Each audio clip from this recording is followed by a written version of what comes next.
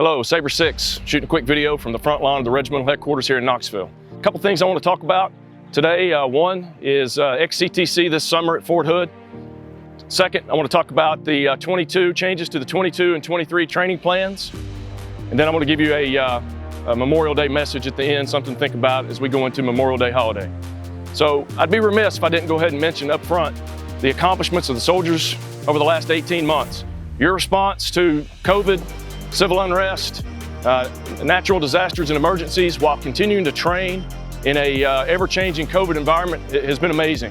And Sergeant Major Houston and I certainly appreciate your efforts. We understand your sacrifices, and we're excited about the future. As we transition this summer into XCTC at Fort Hood, soldiers, I want to remind you to make sure you're hydrating here at home station and prepared for that change in climate. Obviously, Texas is much different than the great state of Tennessee, and we want to make sure we're prepared, and we want to minimize our heat-related injuries while we're out there. Families, employers, I really appreciate your flexibility this summer. This annual training period is about 1 week longer than our typical training period, and I really appreciate that flexibility.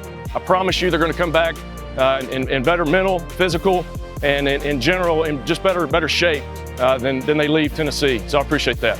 I'm sure by now many of you have heard that the National Training Center rotation scheduled for 22 has been postponed until 2024. There were a lot of inputs into that decision for the senior leadership at the state and national level, not only the purse tempo of the regiment since 2017, but also to synchronize the efforts of modernization across the Guard Nation.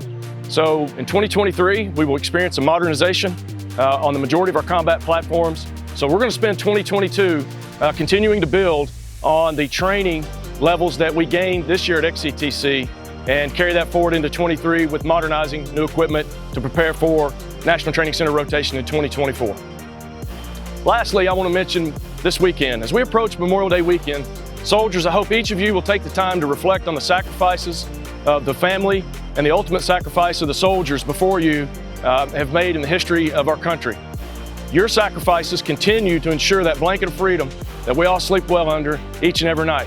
So until I see you at Fort Hood, stay ready, stay forward in the saddle. Sabre 6 out.